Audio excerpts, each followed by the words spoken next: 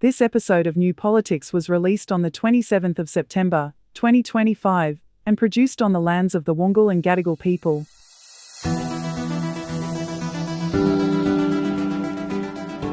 The real face of the United States reveals itself at the United Nations, and it's not a pretty sight.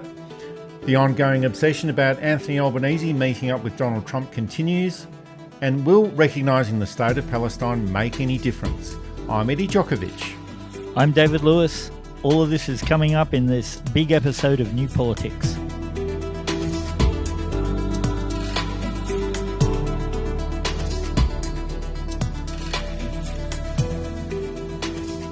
All I got from the United Nations was an escalator that on the way up stopped right in the middle, and then a teleprompter that didn't work. These are the two things I got from the United Nations, a bad escalator and a bad teleprompter. Thank you very much. I'm the President of the United States, but I worry about Europe. I love Europe. I love the people of Europe, and I hate to see it being devastated by energy and immigration. This double-tailed monster destroys everything in its wake, and they cannot let that happen any longer. You're doing it because you want to be nice. They must take control strongly and immediately of the unmitigated immigration disaster and the fake energy catastrophe. Your countries are going to hell. The United States is changing quite dramatically and not for the better. What once seemed to be a slow drift in its politics just seems to have become a much faster decline, both at home and on the world stage. Under Donald Trump's leadership, and this is his second term in office, of course, long-standing democratic practices are being taken apart and removed, institutions are being undermined, experts are just being pushed aside, and conspiracy theories are being pushed forward as though they were facts. And inside the government, experienced officials are being booted out, replaced not with competence, but with people who are loyal to the president. And it's also a wide range of other appointments that are designed for political appearances rather than substance, and it's resulted in a government that is barely struggling to function under the weight of its own ineptitude. And on the world stage, Trump has continued to use platforms like the United Nations to spread outrageous lies, boasting about ending 7 wars around the world, halting immigration into the United States, and dismissing climate change as a con job. And these are all claims that have got the far right in America eating out of his hands, and as usual, none of these claims are correct. And in the United States itself, he's doing relentless attacks on immigrants and independent voices in the media or any media that he disagrees with, and this has only deepened the division within the United States. And the result is that America's reputation as a trusted global leader is quickly eroding. Now, I'm not saying that it's always been a perfect model of democracy for the past 250 years or in the 20th and 21st century, but it is now behaving like a fascist state with a dictator in place. And in that space that the United States is starting to leave behind, other nations are already stepping up. And this will always be the choice of the United States. Every country in the world has got that choice to make if it wants to retreat into itself, if that's what it wants to do. But it's not possible to make this choice and then remain as a global leader. And this is always going to be more than just politics. It's about reshaping America's role in the world, what will come after this, and what this all means for Australia as well. It's quite striking. I don't think Trump is the cause of American decline. I think he's a catalyst. I think he's a symptom. Why an educated and technologically advanced citizenship would elect Trump? And there are questions as to whether he was actually elected or whether the system was manipulated. But even if the system was manipulated, you can only manipulate them so far. There was still enough people who voted for him that they could, if they manipulated it, they could push it over the edge to get him to win. It wasn't a landslide. The lie that sort of has never really been debunked is that it was a landslide. It was actually very close, which suggests manipulation. It shouldn't have been very close. Trump shouldn't have been anywhere near winning. Well, there was quite a difference in the college vote, but not in the overall vote. Yeah, that's exactly right. And really, in a world where we don't vote on emotion, Trump shouldn't have got anywhere near the nomination, let alone be able to manipulate the system at its worst or be able to win genuinely. And we've probably seen the decline since Reagan, really. People will point to the events of September 11, 2001. People will point to various, but it's really Reagan stripping the Treasury. I think they've got $3 trillion worth of infrastructure maintenance that they need to do. Roads, hospitals, police, schools, and there's no political will to do it. We've got a country that even under a more obviously qualified candidate, say Obama, still had appalling foreign policies. A lot of money that could have been put into the good of the American people was put into the bad of bombing countries, invading countries, propping up corrupt dictatorships that were friendly to America. Trump is, as I said, Trump is really a symptom and a catalyst rather than Trump being the cause of this stuff. I think to call him the cause gives him way too much agency and assumes way too much of his own pathetic existence. We're going to get axed after this, of course, but, you know. Well, this is the season of cancellations as well. But I think the United States in general, it is showing those unmistakable signs of decline. And it's not like it just started under Donald Trump Mark II. It started some time ago, and you referred to Ronald Reagan, but maybe neoliberalism is the link in all of this. But there are those signs of decline, both at home and internationally. And I'm not suggesting that the United States is going to become a basket case overnight, although there's always the possibility of that happening. But I'm not suggesting that. But that slow erosion of these normal democratic processes and practices just seems to have accelerated under Donald Trump over the past 9 months. And it's just that whole process of institutions being undermined. Expertise within government is not being valued. Convenient idiots and loyalists are being put in place. And I'm not suggesting anyone in particular. I wasn't going to suggest Marco Rubio. Other people might suggest that. And we've got a wide range of conspiracy theories about medicines being put into policy. If we look at the experience of Robert Kennedy, who is an anti-vaxxer and is the US Secretary of Health for some reason, don't know how we got there, and he's putting out false information about the link between paracetamol and autism, and I think this is actually quite dangerous. So we've got a situation where medical science is being rejected in favour of conspiracy theories, and then we have Donald Trump with his own conspiracies. Trump had the United Nations Forum to peddle all of these complete lies about ending wars, about immigration, climate change, about Sharia law being implemented into Britain.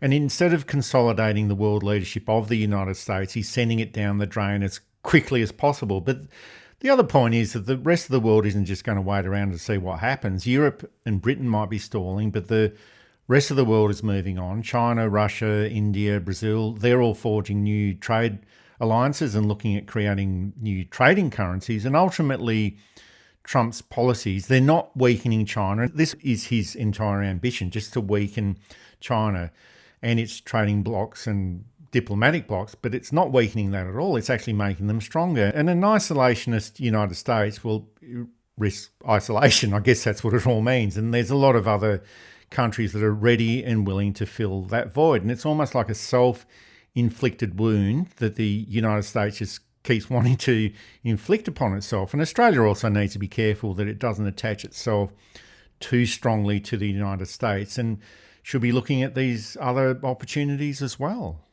Isolationism was always going to be a problem for the United States. It spent most of the 20th century trying to be isolationist. Now, in fairness, it had the resources and was able to be self-sufficient. But the world globalized, and you can't really shut yourself off from the world, expect to be a major power, and expect that other nations will do your bidding if you're not engaged with them. People still see the United States, or did until recently, as a stabilizing force. Now, I know that a lot of you will say it's never been a stabilizing force, and I agree. But perception is very important. And a lot of people saw that the United States could settle conflicts. Part of Trump's claim that he finished 7 wars was to do with the fact that he was just as good a president as Obama in particular, and Clinton and Bush, and they didn't stop any wars, except they did. Also, it's, I think, to do with his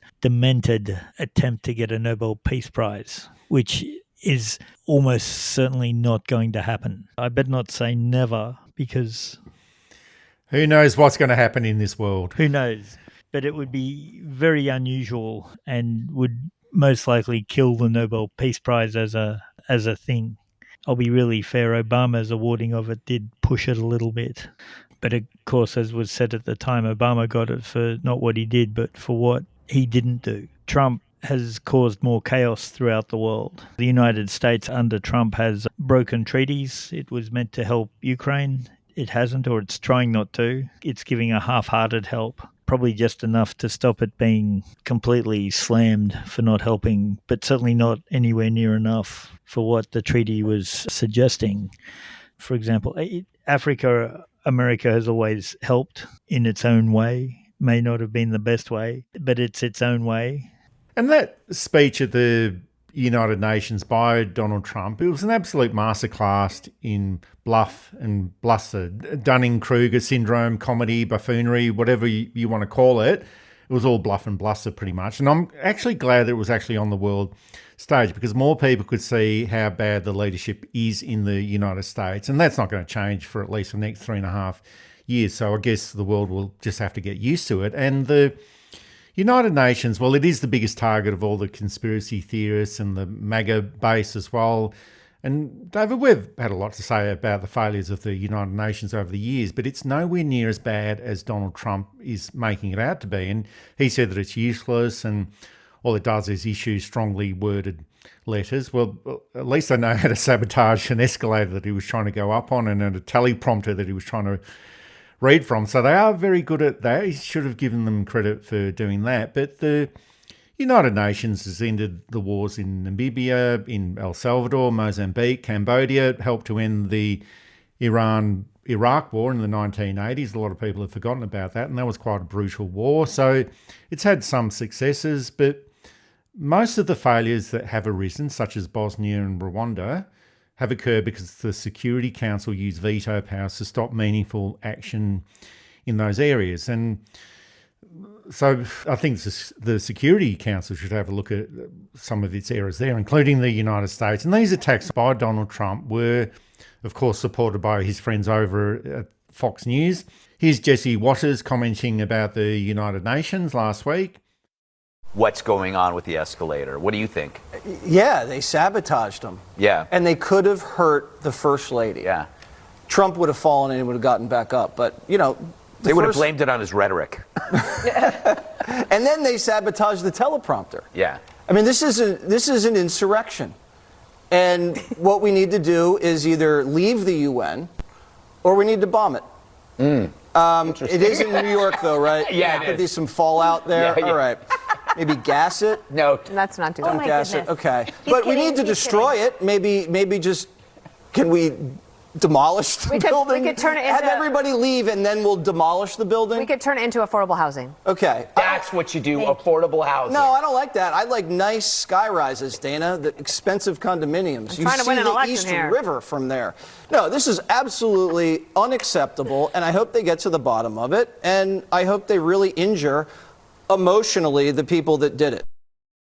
So Jesse Waters is still on Fox News. He hasn't been cancelled or reprimanded or anything like that, like Jimmy Kimmel was last week. So this is what is acceptable in America right now. A conservative host talks about bombing and gassing people and not much happens to him. And he's probably being encouraged by all of these people on the American right. So, David, I know that we're putting out this bleak picture of America at the moment, the United States, and there's always going to be resistance to all of this, despite all of this mayhem. Here's the Governor of California, Gavin Newsom, who is the leading contender for the Democrats in the 2028 US presidential election.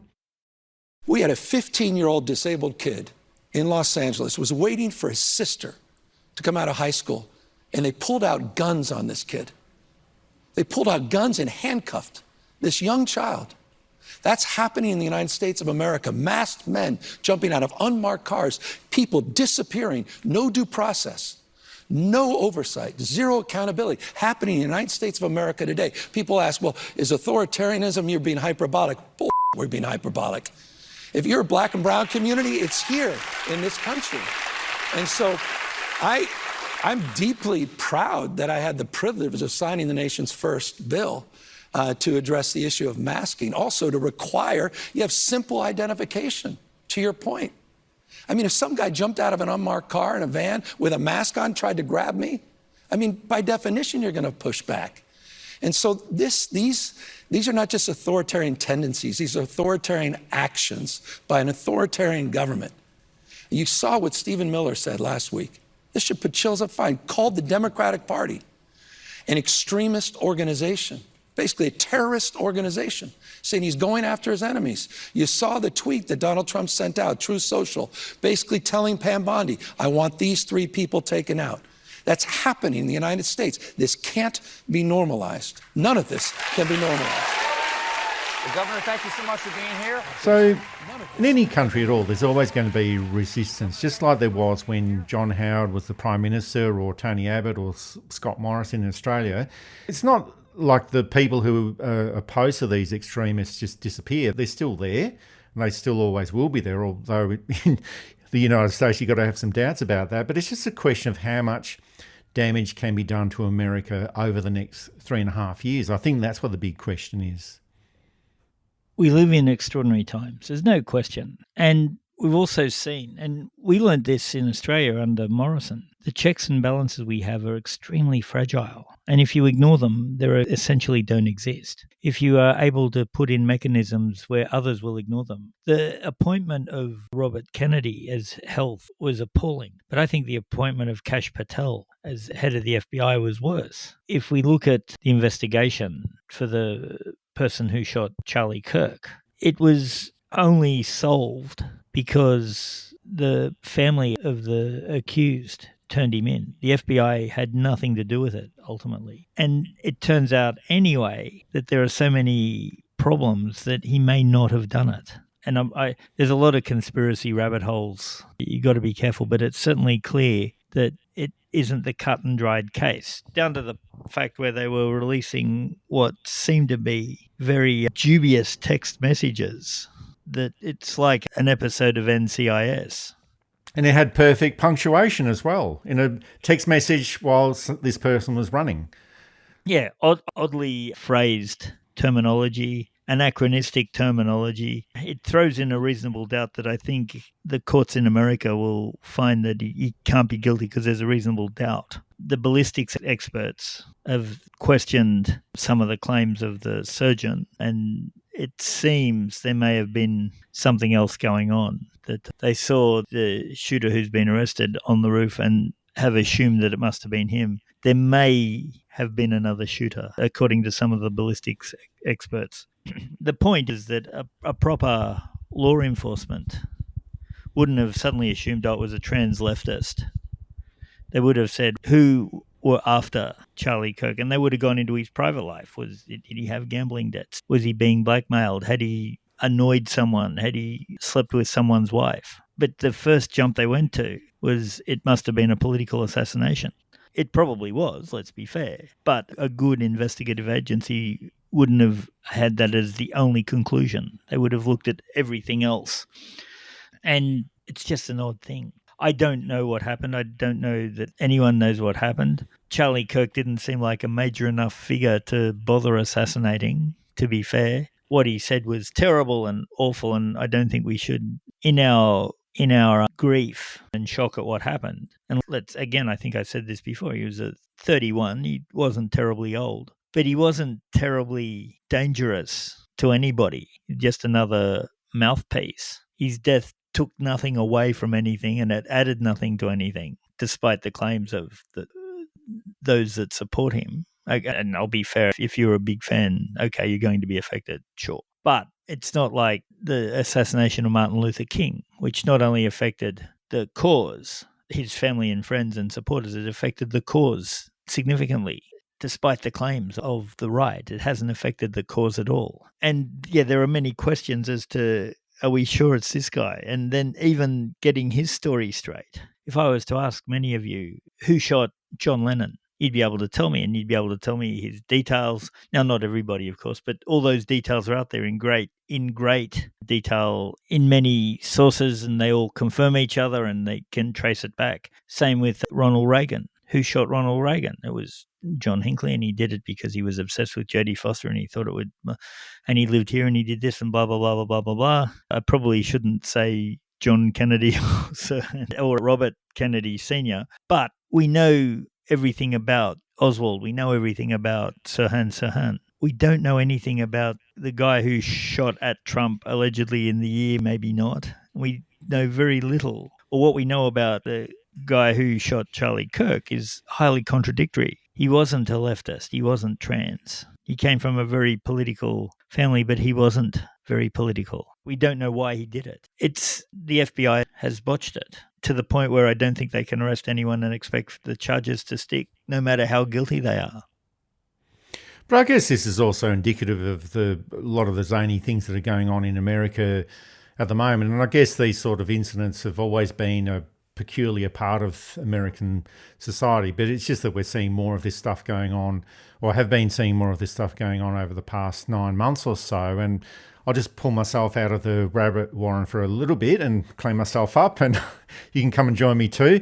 But a lot of people have been saying, well, look, you're saying that all of this stuff is happening in the United States. You're saying that the end of the United States is coming up soon and all this sort of stuff. But economically, if you look at that picture, it's performing pretty well. That's what a lot of people are saying at the moment. And sure, on the surface, things are looking good. Economically, GDP has grown steadily, unemployment is low, corporate profits are strong, wages have increased ahead of inflation, and that's all true, but the figures were not as strong in the June quarter. And the Trump presidency essentially has only been around for 1 quarter, and that's the June quarter, and there's an expectation that this might go down further after the September quarter. And there's a whole lot of other factors which are not economically good for the United States. Personal consumption is at its lowest level in 2 years. Businesses are holding back on hiring more people because it's unclear what will happen with Trump's tariff regime that he's still implementing. Inflation is starting to rise, and there's a possibility of long-term stagflation, and that's the economic issue that's affected the Japanese economy over the past 20 or 30 years. And Australia has also got some of these factors to consider. So we're not going to be immune from all of those issues that I mentioned, but a lot of America's economic problems that are waiting just around the corner, and as we talked about this before, seems to be self-inflicted. And it's just hard to know where a lot of this will land. There's also, internationally, there's the developing BRICS movement, building that alternative system of trade and finance, and not sure where that will quite end up. And will there be a new United Nations? It's happened once before where the League of Nations morphed into the United Nations in 1945. My feeling is that if there is a new international alliance, it will have to be radically different to the United Nations. It will have to be a lot more democratic as well. And Australia was a big part of the formation of the United Nations in 1945. Not sure if Australia would be a part of a breakaway type of international or global alliance. And as we mentioned before, Australia should be looking at new alliances, and I think it would be a dereliction of duty not to do this. Globalisation has, in a sense, broken down the old empire system. And Australia loved being part of empires. We went from the British Empire to essentially the American Empire. There's now no longer an empire. We could look at the Chinese Empire, for example, except that I don't quite think China is an empire in that way. Australia needs to be a bit more independent. That's not to say we can't have friends in high places. It's not to say that we shouldn't have good relationships with bigger powers than us. That is only common sense. But we should be much more amenable to flattening the power structures in the world so that we don't have superpowers, that we're going to have countries that are both richer and more influential than others. And unless we totally knock the system down and start over, that's not going to change, even if we want it to, and even if it should. But there's no point in clinging on to the great white hope of the 19th century and we can get back, and we just need to get back and show those Congolese what for, what hey, these cheeky Indians, put a bit of curry up them. That is long gone. And Australia needs to mature, and that means, I think, cutting relations with certain countries altogether, strengthening relations with other countries, and keeping relationships with countries as they are.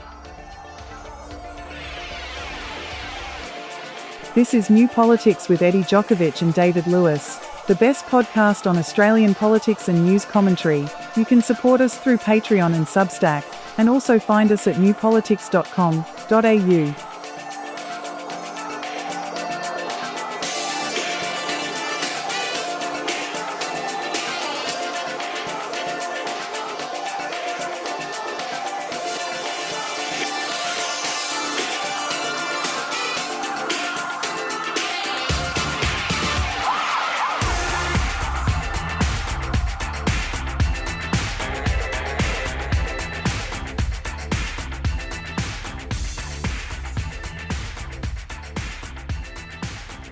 The Australian media is at it again, treating politics just like a big reality TV show with a big debate about will he or will he not. And for weeks now, the mainstream media and the Liberal Party has been obsessed with whether the Prime Minister, Anthony Albanese, could lock in a face-to-face meeting with the United States President Donald Trump. And it's almost being framed like this big dating game, as if the health of the Australia-US alliance depends on whether these two leaders can sit down together for what would essentially be a photo opportunity session for both leaders.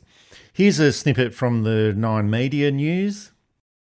We have breaking news now. Anthony Albanese will return to the United States next month for his first face-to-face meeting with Donald Trump.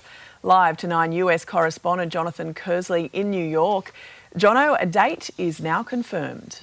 That's right, Anthony Albanese and Donald Trump differ on the issue of a Palestinian statehood, but they are on exactly the same page, it appears, when it comes to wanting to finally sit down face to face.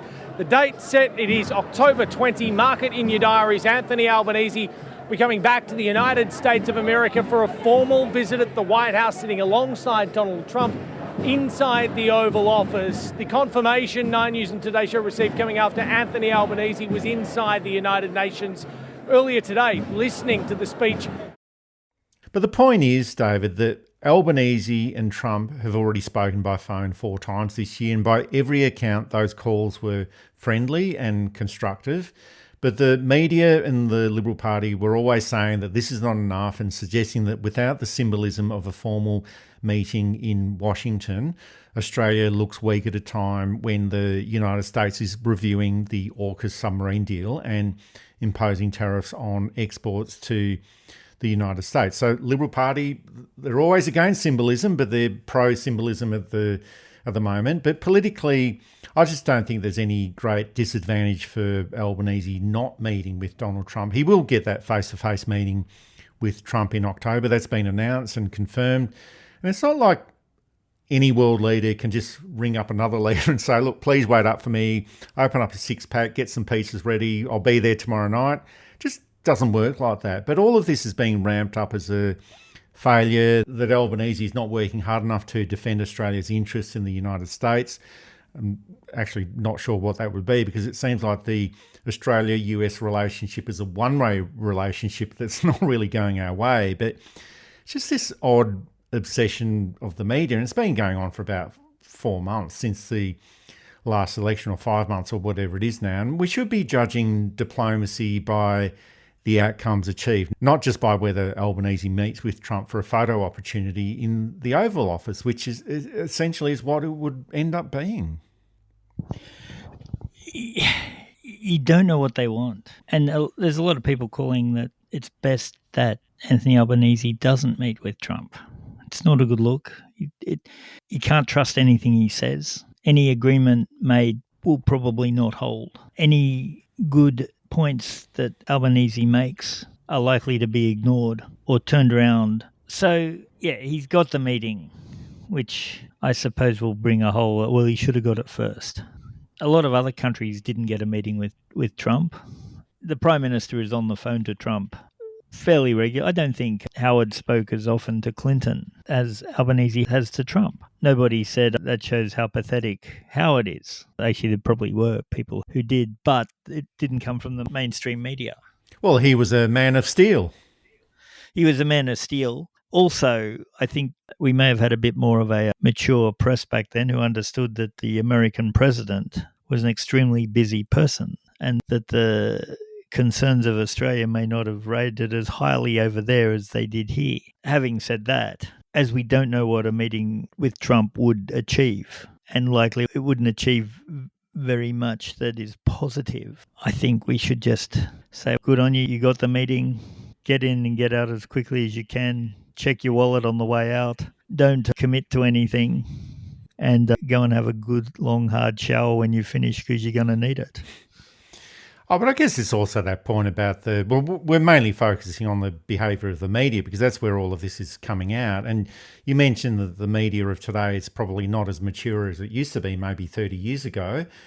That might be part of the consideration. But I think it's just that issue of why the Australian media, this is supported by the Liberal Party, of course, why they feel that this is so important. And my feeling is that most people in Australia probably couldn't care less and don't think too highly about Donald Trump anyway. And that's been supported by polling in Australia, and to me it feels a little bit like a cultural cringe or doing this homage to the king, even though the king is actually naked. And it's hard to know whether this is just the usual Labor Party bashing that we see within the media, although we didn't see this sort of behaviour on international issues with Paul Keating or Bob Hawke, not even with Kevin Rudd, Julia Gillard. They were the most recent Labor Prime Ministers before Anthony Albanese. So I'm not sure if that's part of it. It probably is. But we didn't see the harassment of Albanese about going off or rushing off to go and see Xi Jinping. No one in the media said, look, go off and see Xi Jinping immediately. And Australia's relationship with China is far more important to Australia's future than the United States is. And even then, when Albanese did go off to see Xi Jinping in Beijing, he was criticised for being too close to the Chinese leadership, and why did he go off and see that dictator anyway? So this snub from Trump, apparently, was really, or the way that it was being reported, I just think that it was really unbecoming for the mainstream media. And it was really like reporting on a reality TV show. And it was all of the media. It was 7, 9, 10, the ABC, SBS, The Guardian. And in the end, Anthony Albanese did have a quick chat with Donald Trump, and then he posted a selfie of himself with Trump. It was almost like he posted it out just to shut everyone in the media up. And just like in a dating game, when they saw that selfie go up online, they breathed a sigh of relief. The relationship is on again, and don't the couple just look lovely? 62-year-old Albanese and 79-year-old nice bit of crumpet Donald Trump. It's a match made in heaven. I just hope the sequel will be as good as the original, David. Honestly, it's married at first sight in international relations. I'm just waiting for the insightful interviews. Oh, I'm so nervous to meet him. Oh, we've done all our prep, of course. Wedding bells. Wedding bells. And then the reveal is the eyes light up and the anticipation of and positivity of this. And it's got about the same level of intellectual rigor and morality involved. It's just, we seem to be, one of the themes of the podcast week to week is just how appalling our press is. I had a lovely comment during the week and I think it was from Michael's Curious World, and if I'm wrong on that, I apologise. But he said that journalists should learn history, international affairs, economics. And I agree, and he even went so far to say that you shouldn't do a journalism course first. You should do a BA or a BSc in those topics and then do journalism. And the more I think of it, the more I think he's right, that you've got to have a knowledge of your topic in a way that shows some kind of authority and of course there are journalists out there who do that. I don't want to paint every single journalist with the same brush, but the ones that come to the front are the ones who ask stupid questions, the ones who don't understand the topic that they're supposed to be on, the ones that haven't really done the background work. And I think a good solid grounding in one of the major humanities or science subjects, even if it just teaches you critical thinking, even if it just teaches you how to ask questions, not in a journalism way, but here is a bunch of data what do I need to ask it to get the most out of it? I can't wait for the questions that the Prime Minister is going to be besieged with after the meeting. I can't imagine that they will be, say, Walkley Award worthy, but we'll see. Oh, David, we sort of have been having a bit of fun with this today, but finally, after weeks of speculation and criticisms about being sidelined, the White House has confirmed that meeting that Anthony Albanese will meet with Donald Trump formally in Washington on October the 20th. And I just hope that this will end all the media speculation about when the meeting is going to happen. We now know it's October the 20th. But aside from all the fun that we've been having, there are serious issues that need to be contemplated or discussed. But the only thing that I can think is really worth discussing is the AUKUS deal, which is not really a deal. It's some weird kind of military tax or insurance scheme that Australia is paying to the United States and to Britain and not getting anything in return. And the discussions about tariffs might be important, but no one at all has turned up to the Oval Office and then walked away with a tariff exemption. So why would you waste your time when it's not going to happen? You could probably talk about it briefly, but it's just not going to happen. And sure, have all of the photos taken, and Albanese can give Trump an AFL football, which he won't know what to do with. And I think that's what all Australian Prime Ministers do when they arrive at the Oval Office. For some reason, they give the US President an AFL football. But I think the most important thing, or the most important discussion, would be about the AUKUS deal and somehow extricating Australia out of this deal, which should have never gone ahead in the first place. And the other point is that Trump is the alpha male. He always wants to be on top. And this will always be seen as some sort of macho test. But Albanese isn't the sort of leader who goes out of his way to ruffle feathers. So I'm pretty sure the meeting with Trump will happen in October without any incidents. And I'm sure he's not going to get J.D. Vance shouting at him like he did with Vladimir Zelensky earlier on in the year. So the meeting will go ahead, and then we can just hopefully forget it all about it. Yeah, nothing will come of it. Nothing substantial will come of it. Probably something negative will come from it. You just need to let it happen. Let the right froth at the mouth, and by the right, less intelligent, and move on and get on with Australian lives. This is New Politics, available through Apple Podcasts, Spotify, Amazon Audible and YouTube, and also available to support at Patreon, Substack, and at our website, newpolitics.com.au.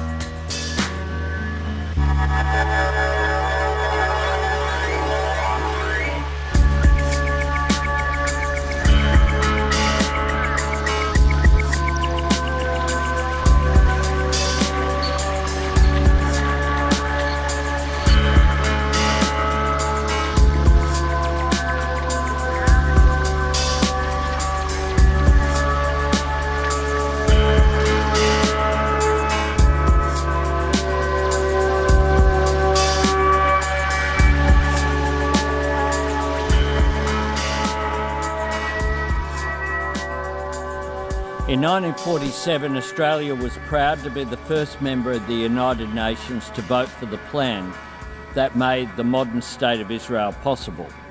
But that plan always encompassed two states, a state of Israel and a state of Palestine, living side by side within internationally recognised borders, recognising each other's right to live in peace and security.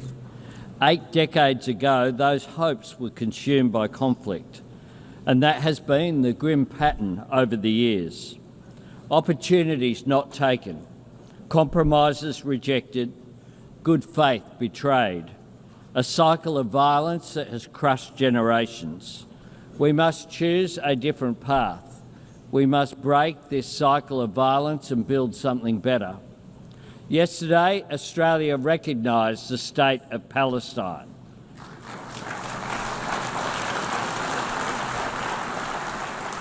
Australia has taken a historic step on the world stage where at the United Nations in New York, Prime Minister Anthony Albanese announced that Australia now formally recognises Palestine as a sovereign state, where he said that the cycle of violence needs to end, framing the decision as part of the long-stalled journey towards a two-state solution. And the two-state solution, I think, is one of those often quoted words without anyone really knowing what it means anymore.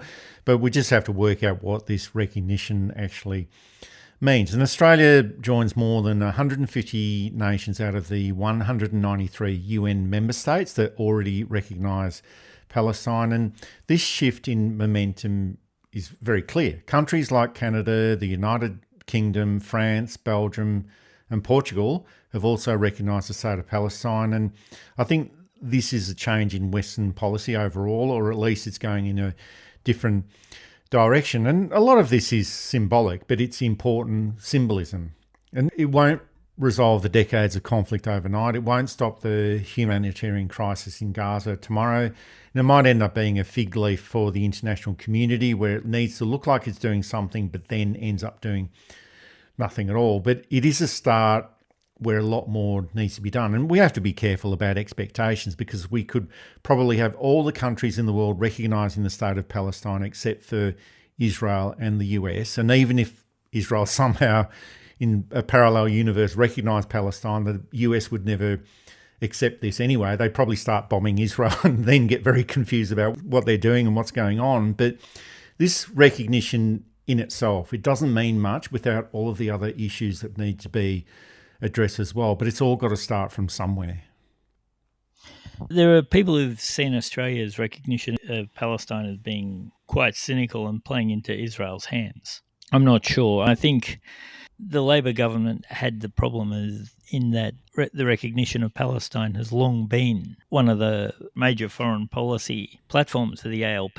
Yet over the last 3 or 4 years, they've seemed to have gone against that till the other day, where they've said, yes, we are going to recognise Palestine. There's still a long way to go there too. We haven't appointed an ambassador. We've got to open up diplomatic headquarters. They've got to sit down and work out the diplomatic boundaries with documents and treaties, etc., etc.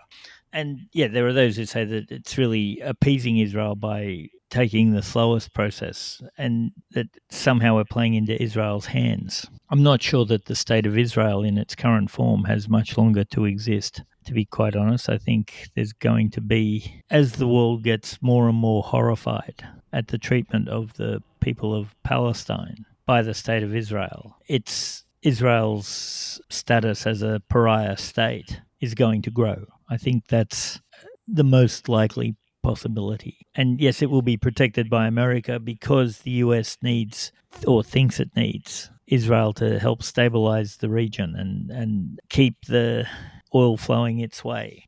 But we're at the end of the oil age, I think, too. We might have another 50 years of oil, but I think as alternate cleaner energies become cheaper, oil becomes less important. We've got to stop listening to extremely wealthy people who've made their money and tell them you've got enough. When you reach 100 million, you get taxed at 100%.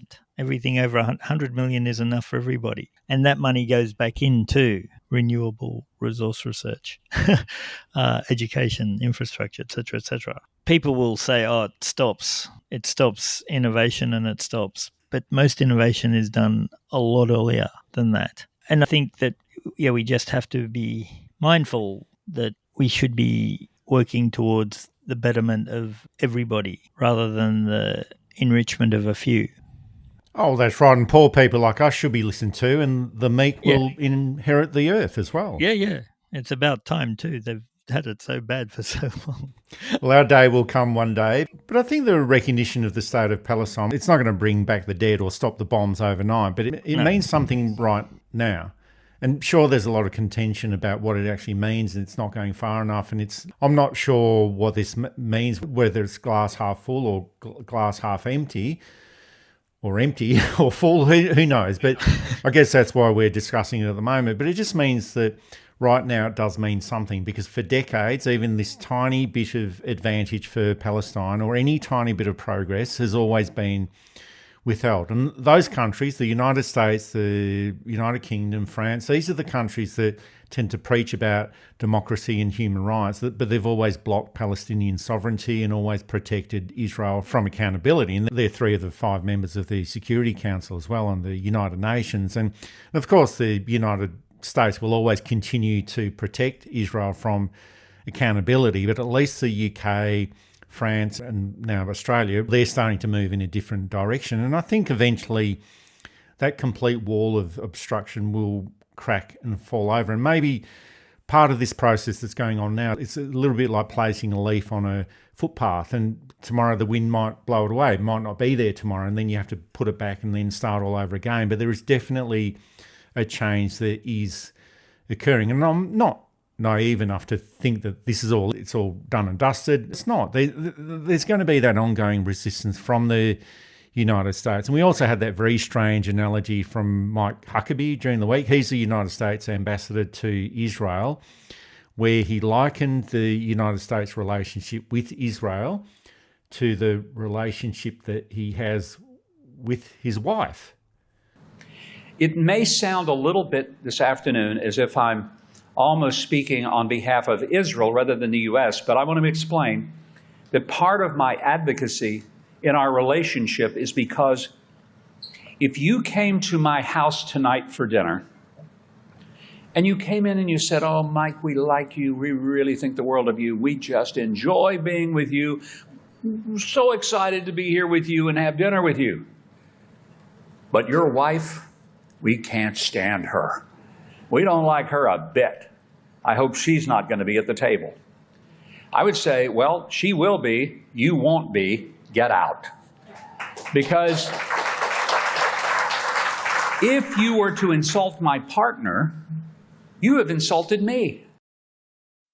But that's got to be the most insulting and grotesque piece of analysis to give when thousands of people have died in Gaza. We've got this ambassador trying to reduce international relationships to personal relationships that he's got with his wife. It's just obscene, but it probably does sum up that irrational relationship that the United States does have with Israel. And it's not clear at this stage how that will change.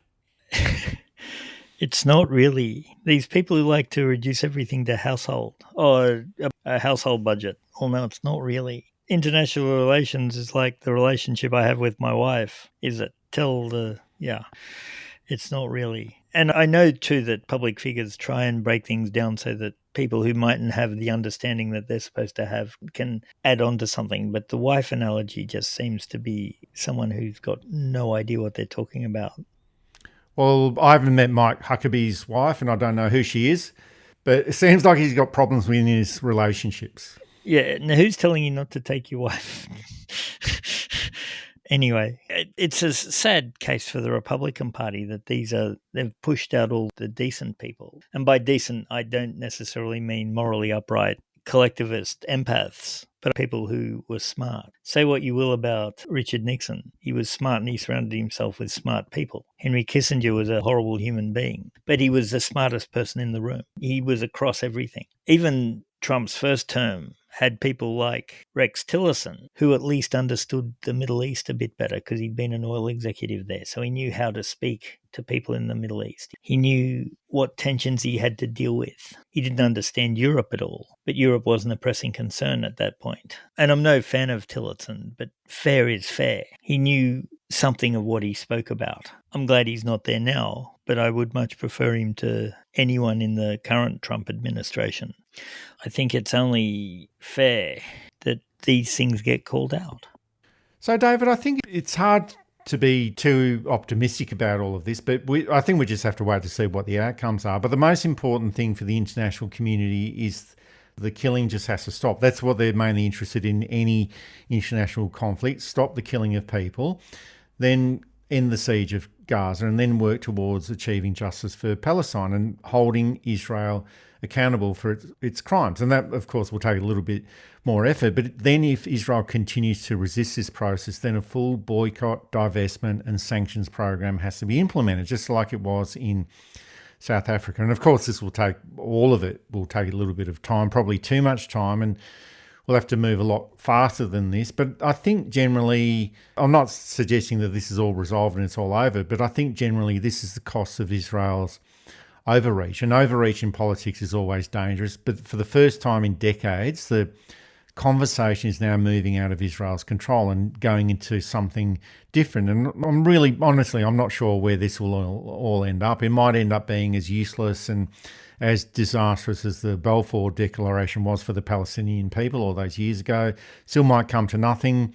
Then we're back to where we started. But generally, this feels little bit different, or quite a bit different to me. And people who are a lot older than me have said to me that this is a little bit like the Vietnam moment from the 1960s, but transposed into the 2020s. And where there's an ongoing global movement that forces this political change in the West Asia region, Middle East, and then forces social change to occur everywhere else. And I think it's forcing the world to confront the legitimate part of Palestine's fight for freedom, and it's actually moved Palestine to a central issue in international politics, just like Vietnam was a central issue in the 1960s. And it's probably a process that could shape or reshape the entire global world order and international geopolitics. And if it doesn't do this, it could just expose the weakness of the existing institutions such as the United Nations, and then open up everything up more for wars in the future. So either way, there could be a lot of changes coming up for the world to consider. Hopefully it will all be a lot more optimistic or a lot more positive than what I think it might be, but hopefully there'll be a lot of good change. As Netanyahu's got more desperate to stay out of jail, and as Trump gets more desperate to stay out of jail, I think that their acts will become more and more desperate, and they lose support. I think, Netanyahu has, we mentioned this in a previous podcast, has prevented his Attorney General going to cabinet meetings so as to be able to have some level of deniability as to what's legal and illegal. And she's in charge of the investigation against him anyway, so there'd be that. I think, too, you're right, the world is changing despite the very best efforts of those whose interests it is not to change. So we might be looking at a totally different global layout in the short term rather than the medium or even long term. That's it for this episode of New Politics. Thanks for listening in. And if you'd like to support our style of journalism and commentary, please make a donation at our website at newpolitics.com.au. We don't beg, plead, beseech or gaslight you about journalism coming to an end. We just keep it very simple. If you like what we do, please send some support our way. It keeps our commitment to independent journalism ticking along. I'm Eddie Djokovic. Thanks for listening in, and it's goodbye to our listeners. I'm David Lewis. We'll see you next time.